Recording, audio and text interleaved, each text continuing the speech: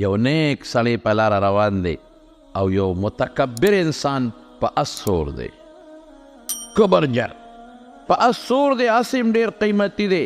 او چې په دا لاره ځي نو یو چال سره ځي، یو خلک ته څوک یو خوا منډې وایي، څوک د بل خوا منډې وایي، او د ده د انداز د دې شاه سوار د کبر دی، د لویی دی. دا نیک انسان، دا ملا صاحب، دا عالم دی ورته وایي ای برخوردار ودرېږه. هغه ته چا ویلي شو چې ودرېږه؟ هغه هم سوچ وکړه چې دا ملا صاحب د پټکي والا خیره راته ونه کي، ودرېده. څه وی؟ وی ته څوک یې؟ وی زه د بادشاه په غلام. وی بادشاه ته د نزدېکت هم شته که هسې غلام یې؟ ځکه څوک غلام په څوکۍ ولاړ وي د دروازې، څوک په بار پټو کې خدمت کوي، نزدېکت ته مو ته شته او که نه هسې وی غلام یم؟ وی نه، د بادشاه ډېر نږدې خادم، ډېر نږدې. وی څه مطلب؟ څنګه نږدې یې؟ څه مطلب؟ وی زه دومره بادشاه ته نږدې ما، دومره نږدې چې دی یوازې نو بې زه ورسره یم، بل څوک نه یې. چې دی یوازې زه ورسره یم، زه یې مدد کوم. چې دی اوږي شي زه وله ډوډۍ راوړم، چې دی تږي شي زه وله اوبه راوړم، چې دی اوده شي زه یې څوکی کوم، چې له دا جد پیښ شي زه ورمنډه وم، دومره نږدې یم. او چې چېرته غلطي د نه وشي بیا سي، وی بیا راته غصه کوي، چې غلطي وشي نو غصه را کوي، څپېړه هم را کوي. او که قصدن دی خلاف ورزي وکړه بیا څه کوي؟ وی بیا مضبوطه سزا را کوي. او وی دروازې درته په ښه نظر ګوري، وی او درې ټیمه راته ډېر په ښکلې نظر ګوري، سهار راته په ډېر ښکلې نظر وګوري، غرمه راته په ډېر ښکلې نظر وګوري وخاندي، ماسخوتن بیا راته په ډېر ښکلې نظر وګوري وخاندي. د عالم ورته وایي د شاه سوار ته، وی ښه دا خو ستا او ستا د مولا، ستا او ستا د سودار معامله ده، زما او د سرداره مو سوره. زما سردار ستا سردار چې یوازې نو ته ورسره، او زما سردار چې زه یوازې ما سره یي، چې یوازې ما نو ما سره ما نه پرېږدي، یوازې ما سره مدد کوي. ستا سردار چې اوږي شي ته ډوډۍ ورکوې، زما سردار چې زه اوږې شم ما له ډوډۍ راکوي. ستا سردار چې تږي شي ته وله اوبه ورکوې، زما سردار چې زه تږي شم ما له اوبه راکوي. ستا سردار چې اوده شي نو ته پیره ورکوې، څوکی یې کوې، زما سردار چې اوده شم زما پیره کوي. ستا سردار ته چې حاجت پیښ شي ته وله حاجت پوره کوې، زما سردار چې ما ته حاجت شي ما له حاجت پوره کوې. ستا سردار چې تا نه غلطي وشي نو څپېړه در کوي، زما سردار چې ما نه غلطي وشي معاف کوي مې. او ستا سردار ته ته قصدن غلطي وکې او ګناه وکې، سزا دله در کوي. زما سردار چې زه قصدن ګناه وکم، غلطي وکم، خلاف ورزي وکم او الله توبه، نو ما ته خاندي او معاف کوي مې. وایه ستا سردار ښه دی که زما سردار ښه دی؟ وایه خبرې کوه، ستا سردار ښه دی که زما سردار ښه دی؟ غلام اس نه راټوپ کړې او د دې نیک انسان لاس یې ښکل کړل، وی عقل دې راته وښه. واقعي رښتیا خبره ده. هو مع اینما کنتم، قرآن حکیم کې الله فرمایي چې ته کوم ځای یې زه در سره یم، د ستا نه نه جدا کېږم، د ستا مدد کول غواړم. ای بنده ما نه وغواړه. په ترمذي کې حدیث دی، نبی کریم صلی الله علیه وسلم فرمایي وی که ستاسو دا ټول مخلوق، لو ان اولکم و آخرکم ورتبکم و یابسکم، وی که ستاسو دا ټول مخلوق اول او اخر، مسلمان او کافر، نیک او بد، دا ټول داسې شي که نه، دا ټول چې د دینه نیکان بل څوک نه، علی اتقى قلب رجل، د یو ډېر پرهیزګاره انسان زړی شي، خوله نه زړه ډېر زیات پرهیزګاران شي، په خوله ظاهر نه د زړه نه. وی قسم په الله، الله وی زما په ذات قسم چې زما خدای کې دونه زیاتې نشي راوستی. او که دا ټول مخلوق ټول بدعمله شي او د زړه نه بدعملي شروع کړي، دا ټول مخلوق ما نقص فی ملک شیئا، زما په بادشاهۍ کې دومره کمی نشي راوستی، زما خدایه کې کمی نشي راوستی. او که دا ټول مخلوق، دا انسان او دا حیوان او دا مسلمان او دا کافر او دا ټول په یو میدان کې ودرېږي او ما نه وغواړي خو هغه څه وغواړي چې ردي سوچ او آرزو کې څه تېرېږي. یو خدای چې بعضې شی ممکن یې نو راکا، نه سوچ کې څه تېرېږي. لکه یو سړی وایي چې خدای ماله د 2 واړه اسمانونه او دا 2 واړه ځمکې راکا، چې سوچ کې څه تېرېږي. ما بلغت هم چې د ده په زړه کې او تصور کې څه راځي او ما نه وغواړي او دې ټولو له زه د سوچ او د غوښتنې په برابر ورکمه، نو ما نقص فی ملک شیئا، زما په بادشاهۍ کې دونه کمی نشي راوست. ولې؟ ذلک بانی جواد سخی وه، ماجدون هر سره شته، هر سره شته. او چې زه کوم کار کول غواړم پې ستړی کېږم نه ویم کن نو فیکون، شنو شي دومره لوی ذات ته چې ودې ستا حفاظت الله ویرسل علیکم حفظتا، داسې فرشتې در باندې مقرر کړي دي چې ستا حفاظت کوي. که دا فرشتې نه وي نو شیطان خو زموږ دشمن دی، دا مولیان به ټول وجلی وو چې زه لګیم او دا خلکو بېلمازه کوم او تو ته مونځ ښی، زه لګیم او دا خلک بېدینه کوم او ته دینداره جوړی، زه لګیم دا خلک دوزخ ته غورځوم او ته دوزخ نه بچ کې، زه لګیم او د خلکو باندې بدعملي کول غواړم او ته ورته بدعملۍ باندې خدای خفه کېږي مه کوه، زه لګیم دا خلک په حرامو کې وردننه کول غواړم چې د خدای نه لرې شي او ته ورته وایې حرام مه کوې الله پې خفه کېږي. نو د شیطان لویه مقابله خو نن زمانه کې ملا کوي، عالم کوي، نیکي د تعلیم ښیي، ګناه نه د علم بچ کوي. دا مولیان به ټول وجلی وي، دا صالحان او دینداره تسبو والا به ټول وجلی وي، دا دعوت والا به ټول وجلی وي، یو به نه وپرېښي. دا چې څوک بل ته نیکي ښیي دا به ټول وجلی وي چې دا زر کفر خور شي. ویرسل علیکم حفظتا، دا الله څوکیدارې فرشتې دي، دا کار دی د پلار هم نشي کولی. پیریان خو ته نه، په پیریانو کې هم کافر هم شته او مسلمان هم شته. دا کافر به لګېدلو او دا مونږ به وجلو، مونږ څوک هغه دشمن چې تی نه تا سره هر څه کولی شي. یرسل علیکم حفظتا، خدای څوکیدارې فرشتې مقرر کړی ستا حفاظت. او چې کله وده شي الله، یو سړی په بیابان مالک ابن دینار په لاره روان دی او یو سړی وده دی په یو دشت بیابان کې، مار پې د پاسه پروت دی په دې سړي، مار. او دا سړی چې په دې خوب کې ساه والي دا مار یې د خولې ته مخامخ شي، وایي دا زه ویرېدم چې خدای دا مار ټک ورنه کړي، په دا خولې ونه چیچي، لوی اجدها د پروردګاره. وایي دا سړی راویښ شو، وایي چې دا سړی راویښ شو لویه ساه یې واخیسته، یو های وکړل او دې مار ته یې وکتل، دا مار یې ولیده، بېغمه وده شو. بیا خوب ورغی، ای پروردګاره دې وخت کې چاله خوب ورځي، موږ نه وتښتېده، مار په بشیر جان پروت دی، خوب موږ لی نه راځي، موږ نه خوب وتښتېد. او د کمبخت راویښ شو او چې راویښ شو اسویلی وکړه بیا وده شو او مار یې مولیده. یا خدای څه به کوي، دا مار په دې سینه راروسته شو. زه تماشه کوم او له لرې دی نه چې خدای ما ته دغه ونه کړي چې دا مار راروسته شو، نو دا مار د خولې نه هوا وباسي، بیا هوا وباسي، بیا هوا وباسي، اوف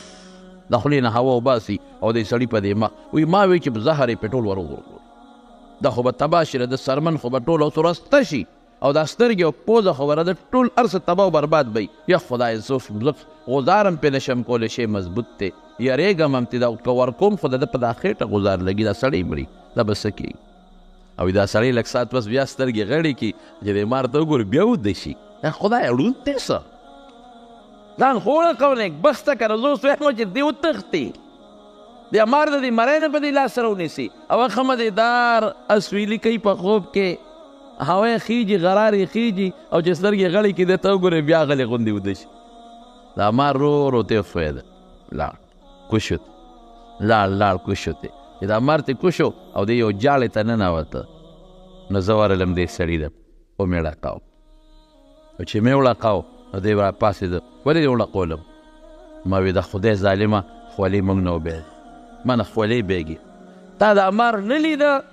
چې دا په سینه دې پروت و؟ وی دا څه شی و؟ خدایه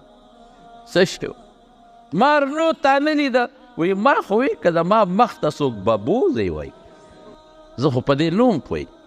خو ما وی څوک د خدای نیک بنده راته ناست دی او ګرمي مې شوې ده او د مخ ته مې یخه یخه واره رسئ، ببوز یې راته وی. ښه دا مارو؟ ما وی او دا مار. رښتیا ووایه الله څه وایي زه در سره یم، زه در سره یم، مدد به دې زه کوم. مار خو خدای پیدا کړی دی، مار نه بچ کوونکی خو د الله ذات دی. دغه مار او دغه لړم دی چې الله غواړي ټک به درکوي، چې الله نه غواړي د دې نه به دې خدای ساتي، نشي درکولی. حضرت ابراهیم علیه السلام چې کله ورته وغورځو، او خدای الله مقرب پیغمبر دی او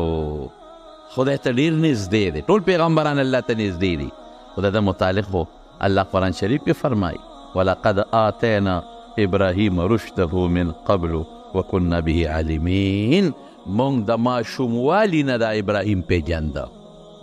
ما ولا د ماشوموالي نه هدایت په لکې اچولی. هر سړی الله ته معلوم دی، د خدای نه څوک هم غیب نه دی. هر پیغمبر ته خدای رشد د ورکوټوالي نه په لکې اچولی دی، خو دا د خصوصیت دی چې دی لا ماشوم و چې دی چا خطا کړی نه دی. دی لا ماشوم او پلار به بوتان جوړولو، ده به بوت لته ورکوله. دی لا ماشوم دی چې پلار سره مناظره کوي، بابا خدای دې کم دی، ای قومه خدایانم کم دی. قوم یا هغه ستوري چې ستورو باندې شپه تېره شوه ورځ رڼا و، یا خدایان هم څه شو چې سپومۍ راوخته هغې له ورغی چې څوک د سپومۍ عبادت کوي. ای خلکه خدای هم څوک دی؟ وایي دا هم خدای دی. دا ستاسو خدای دی چې سپومۍ رڼا ختمه شوه، یا خدای هغه رڼا هم څه شوه چې نور راوخته؟ هغه خلک چې د نور عبادت پې کو هغې ته وایي خدای مو څوک دی؟ وایي دا نور. او دا خو ډېر لوی دی، او هلکه داسې طرز پې کوي چې نور پرېوته. وایي زما هغه خدایان نه دي په کار چې د چا یو وخت کې رڼا وي په بل وخت کې نه، یو وخت کې وي او بل وخت کې نه. زما الله هر وخت موجود دی، او زما د الله رڼا د هدایت هر وخت موجوده ده، او زما د الله فیدې او رڼاګانې په بوټو کې هم ځلیږي، په اوبو کې هم ځلیږي، په نور کې هم ځلیږي، او په ستورو کې هم ځلیږي. دا د خدای د قدرت نښې دي. ماشوم دی لا پوټینی دی، پلار ولې یو ځل بوت ورکړه، پلار به بوتان جوړول، تماثیل د بوتانو ډیزاینونه به جوړول. نو پلار یې دا مطلب و آزر، څوک یې آزر یې پلار دی، څوک یې تره دی، څوک یې پلار نوم یې تاریخ دی بهر کې. نو هغه وایي چې زما د دې بچي دې بوتانو سره لږه مینه پیدا شي، دی خو د دې بد وایي چې لږه مینه پیدا شي. بچې دا یو ډېر ښایسته شی مې جوړ کړی دی خدای، او دا ځکه نه بازار ته یو څه خرڅ کړه، پیسې وګټه که نه بچې، چې پیسې وګټې خو ته به هم ښه شي، موږ به هم ښه شو. خوراکونه او سیل سپاټ په پې وکړو، هغه په مالوچو کې بند کړی و ډېر عجیبه انداز سره. ابراهیم علیه السلام د دې پلار په مخ کې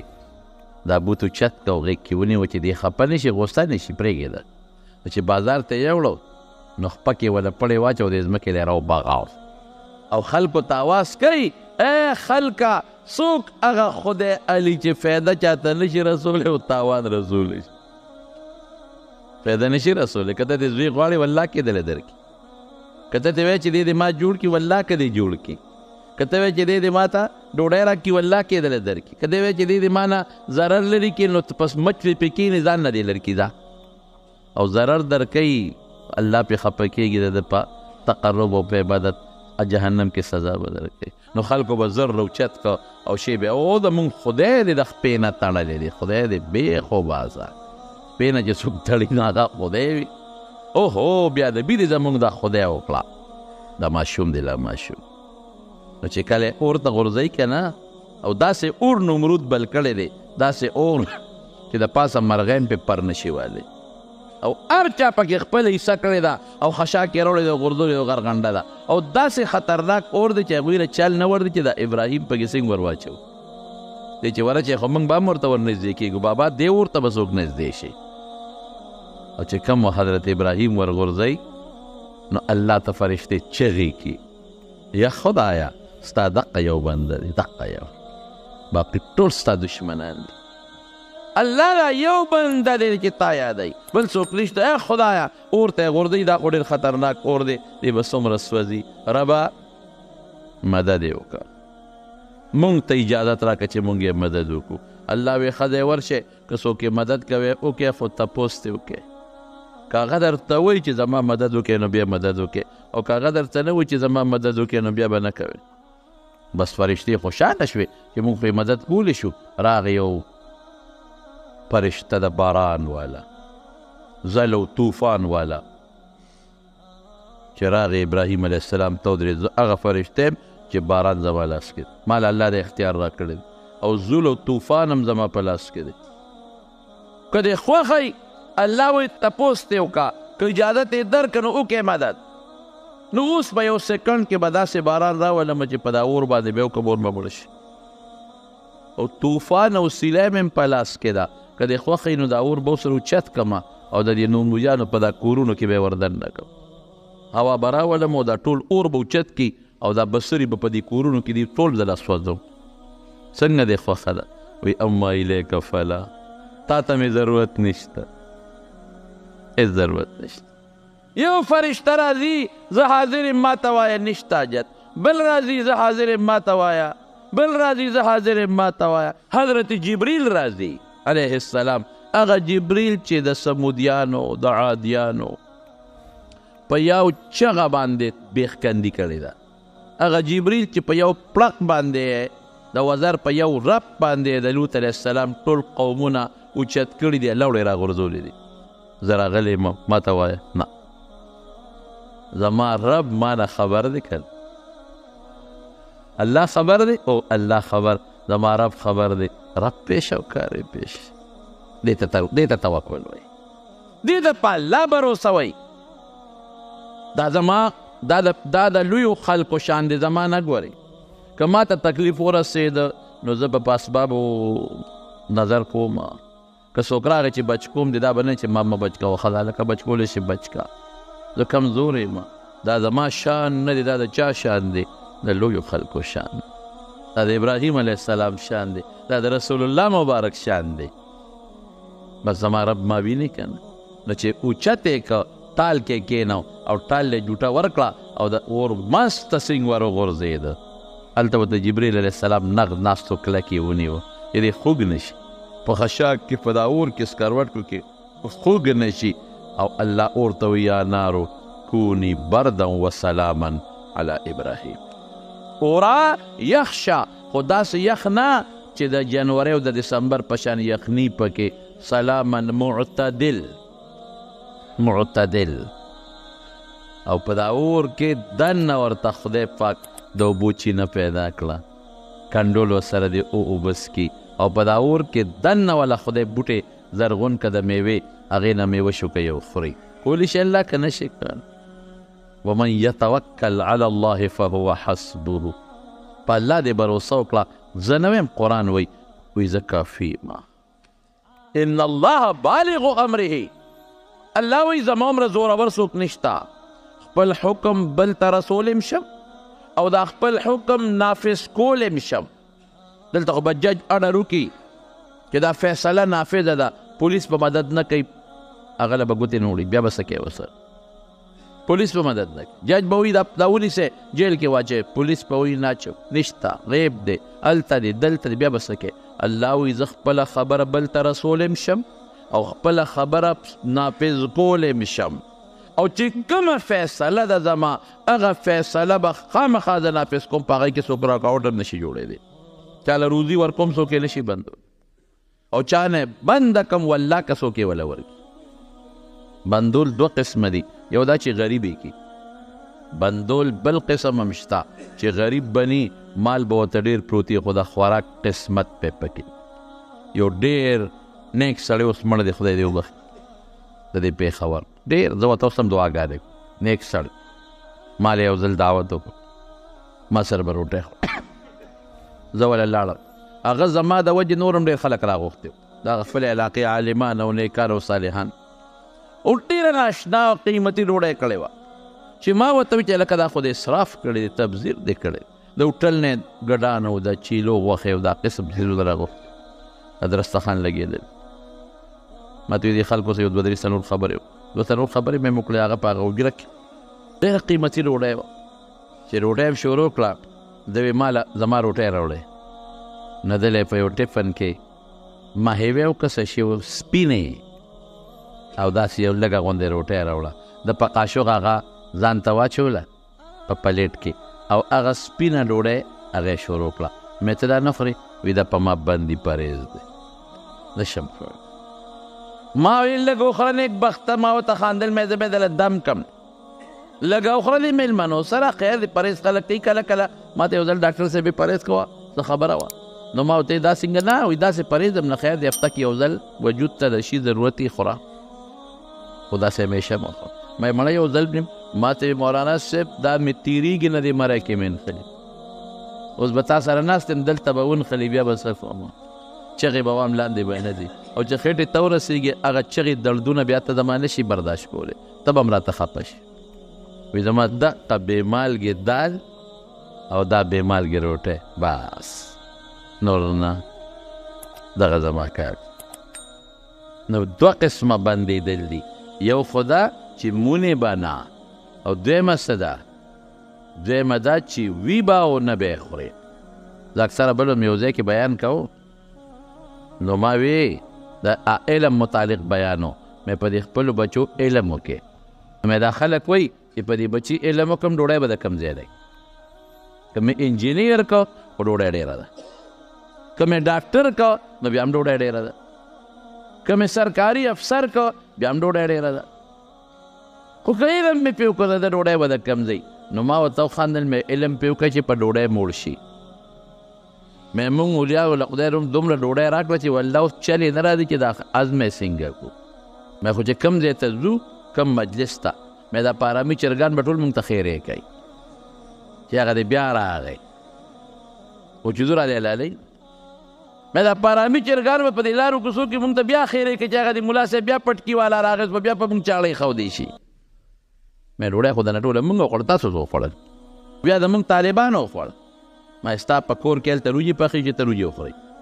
بلکې باټینګن پاغه شي هغه باټینګن وخوري بلکې چرګ پوخ شي هغه چرګ وخوري بلکې غوښه پخه شي هغه غوښه وخوري بلکې الوګان پخه شي هغه الوګان وخوري او طالب له د دې ټولو کورونه را راغی تا یو شی وخوړه هغه لس وخوړل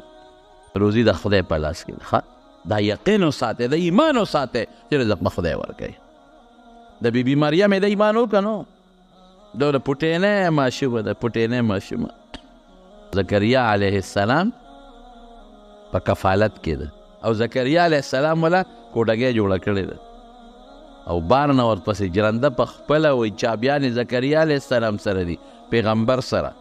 او قرآن وایي زه ځانه نه ویم کلما دخل علیها زکریا المحراب وجد عندها رزقا یو ځل نه کله چې ابراهیم زکریا علیه السلام وردننه کېږي نو روزي ورسره پرته وي او مفسرین لیکي وایي په اوړي کې ورته د ژمي میوه پرته وي او په ژمي کې ورته د اوړي میوه پرته وي او زکریا علیه السلام دې تپوس کوي یا مریمو انا لکې هذا مریم دا د کمه د کمې دا روزي در راله دا خو دې شته دې وطن کې دا روزي شته دی نه او بل دا دی چې جرنده خو ما والې چابي خو ما سره ده دا د کمې راله نو زه وایم طالبانو ته وایم که ما نه دا تپوس وشي نو زه به وایم چې چتراباد والم به راوړي نو زه څه خبر یم خو دلته پرته ده نو اپوټینۍ ورته څه وایي الله اکبر اے مریمې د کوم ځای نه دا ډوډۍ ده قالت هو من عند الله دا د الله د طرف نه او بیا څه وایي ورته ای زکریا ته خو پیغمبر یې که نه سوچ کوه ان الله یرزق من یشاء بغیر حساب الله چې وغواړي چالم نو بې حسابه روزي ورکوي حسابه روزي ورکوي سلیمان علیه السلام وایي الله ته الله هغه خو په دیوان او په پیریانو حکومت دی الله مال اجازت راکه د مخلوق لري یو کال ډوډۍ ورکوم شي ورکولی یو میاشت اجازت راکه میاشت هم نشي ورکولی یو هفتې له اجازت راکه سلیمان هفتې له هم نشي ورکولی یو ورځ له خورا ورځ هم نشي ورکولی یو وخت له خو به الله اجازت راکې یو وخت ورکولی شي سلیمان علیه السلام خو وایي چې دا ټوله دنیا زما ده پیریان را سره دي دیوان انسانان را سره دي په هغوی د کارونه کوم په دې ټولو پټو کې به غله وکړم او دا پیریان بیا راغونډه کړي دا د چپلا خلاصولی شي دا وطنونه خو هغه زمانه کې نو سلیمان علیه السلام زمانه کې مخلوق ډېر لږ دا دومره چې څومره مخلوق نن په مخ د ځمکه خوري دا نو ډېر لږ او ټول کبان دي د دریاب وته یو شل منه مې غورځولې دوی یې نشي خلاصولی او میږې به څونه خلاصه کړي او مارغان به څونه خلاص کړي الله وی نشي کولی وی الله اجازت راک خدر مې کوم خو الله سره پیغمبر مشوره کوي کوم ځای دعوت وکړم دریاب په غاړه وکړم دا د دریاب غاړه خوښه کړه په دې خیال چې د مرغانو ته به مسانئ اوبه مسانې دي او میانو ته به مسانئ او قرآن حکیم کې الله تعالی فرمایي چې باد یې تابع باد به راته او په هغې به لګېده چې دا خوراک څښا نه شي او قرآن کې الله فرمایي پیریان یې تابع دي پیریان لګیا دي او د دې غرونو نه او د ځنګلونو نه میوې هم راغونډوي هم رالی خشک او ګیاګانې هم راوړي د څارویو انتظام هم د ګیاګانې هم راجمع کړي او غلې مو کرلی شو د دنیا مخلوق او حیوانات او په دې ځنګل کې چې دا حیوانات دي دا ملال شو پاخه شو غټ غټ دیګونه دي پخېږي اعلان وشو چې سلیمان علیه السلام به نن دعوت دی او چې څومره مخلوق تی راځي به او ما تاسو ته تېره جمعه وایي چې د هغه په خبره مارغان پیدل او د مارغانو په خبره هغه پوهېده قرآن وایي هود ملا جرجک به ورسره ګرځېده په هغه به اوبه معلومولې خبرې به ورسره کولې میږو سره یې خبرې کړې دي الله وایي اواز وکړه مخلوق ته یې زه رسوم اعلان یې وکړه ای مخلوقه راشه نن زما میلمانه یې د دنیا د ګوټ ګوټ نه مارغان رالل حیوانات رالل هر چا ته خپل خپل خوراک پروت انسانان را جمع شو الله دې کبانو سره څوک اواز وکړه دوی به هم درته راشي چا نه شروع کړم الله دې کبانو نه مخکې شروع کړه اواز یې وکړی د دریاب کبانو د سلیمان پیغمبر زما د اواز واورئ او راشئ تاسو زما میلمانه یې مطلب یې دا و چې دا کبان به د دې دریاب غاړې ته راشي زه به یو لس شل منه ور وغورځوم دا ډېره ده چې څنګه یې اواز وکړه یو کب را خطا شو او دریاب غاړې ته راورسېد او چې راورسېد خولې اوچته کړه او لکه د قینچې یې کوله وکړه او یو جام یې د خوراک د دغه ډېرو په یو طرف کېښوده او بل یې په بل طرف کېښوده او چې قلف یې ورکړه ټولې په یو قلپ الواق کړل ختم هغه خوراک او ګیاګانې او هر څه الواق تېر کړل سلیمان علیه السلام حق حیران پاتې شو خدایه دې دا څه اخوندې بلا ده ټول شی خو دو واو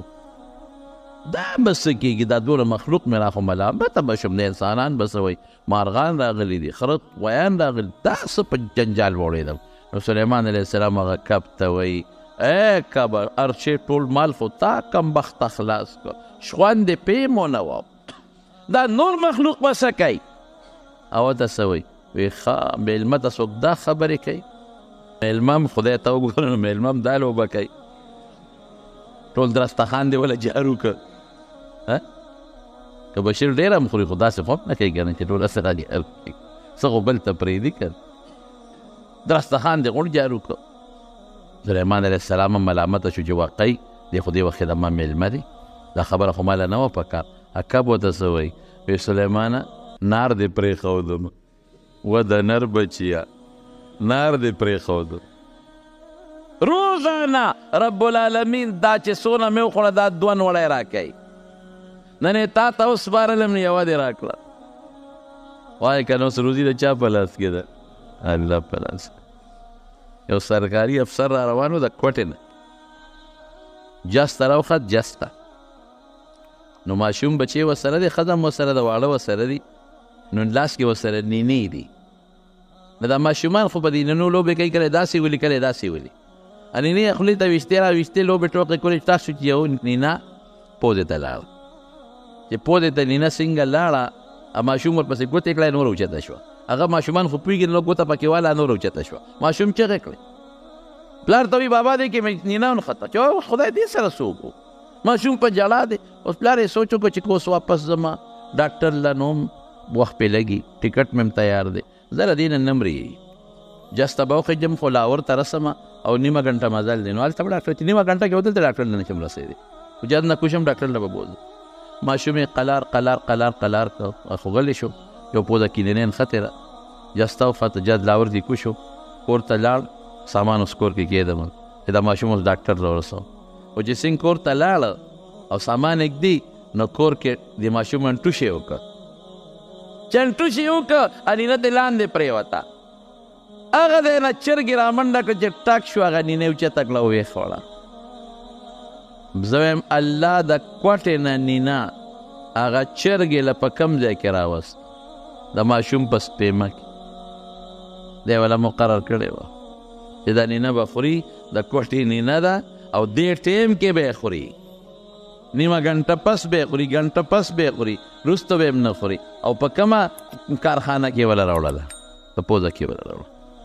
کمه درته وویل حضرت ابراهیم ادهم د بلخ بادشاه دی، د بلخ اوده دی اوده او خوب ویني چې د محل د پاسه یو سړی ګرځي. دی ورته ویل لکه دا دلته څه کوې؟ څوک یې؟ وایي زه خو ما نه اوښ نوک شوی دی ګوره. وی اوښ خلک په دشتو بیابانونو کې ګوري او ته دلته دا خو د بادشاه محل دی دی کې اوښ ګورې؟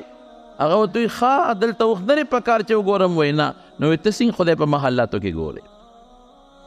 خدای په محلاتو کې نه میلاویږي.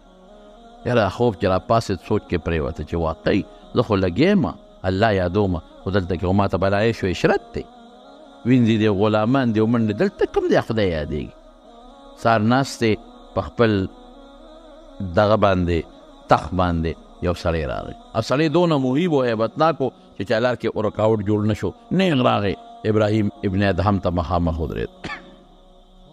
هلکه څوک یې؟ دا چا را پرېښوده؟ دا څنګه نیغ راغی؟ سړی ورته وایي زه خو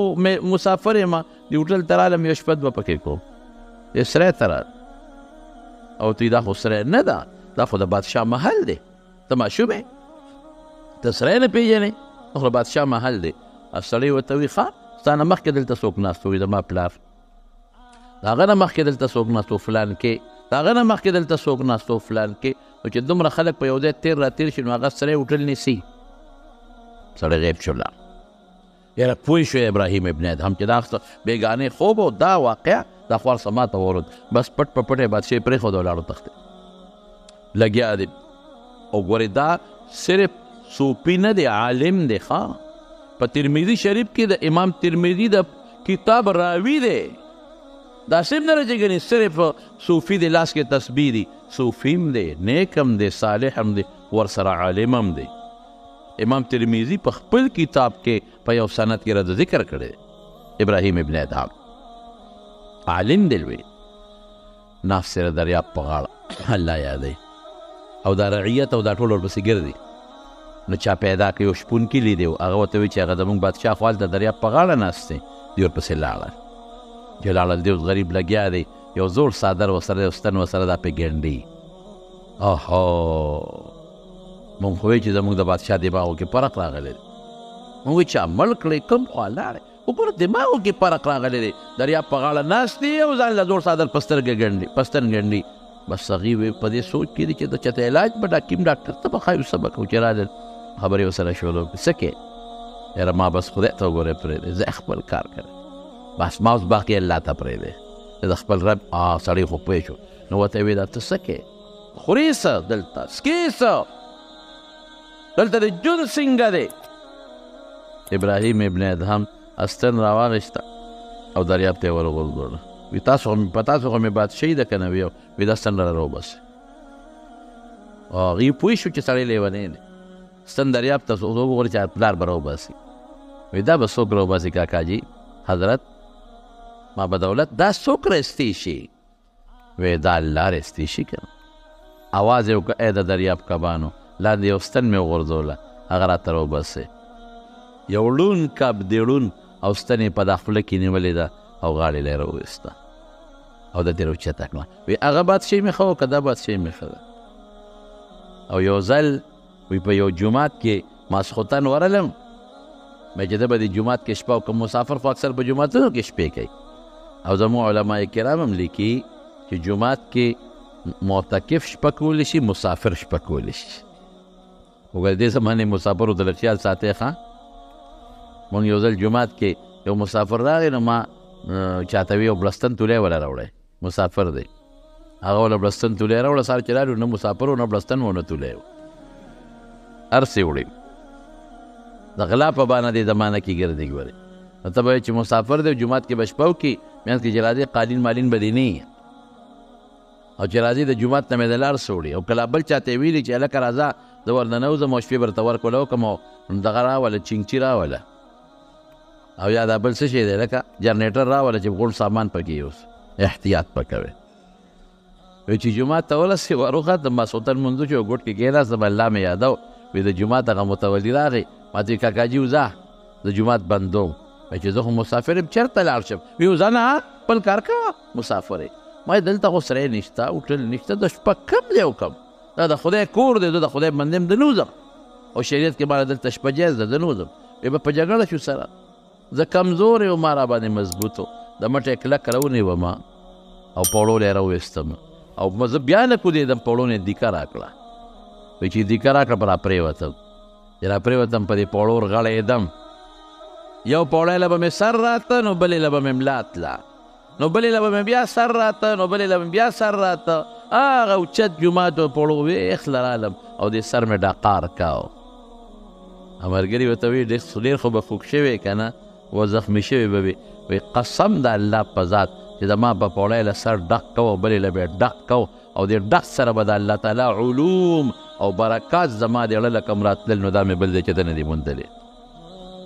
ما محسوسوله چې د الله اسرار او برکات دا د بره نه په ما را روان دي. روزي د الله په لاس کې ده.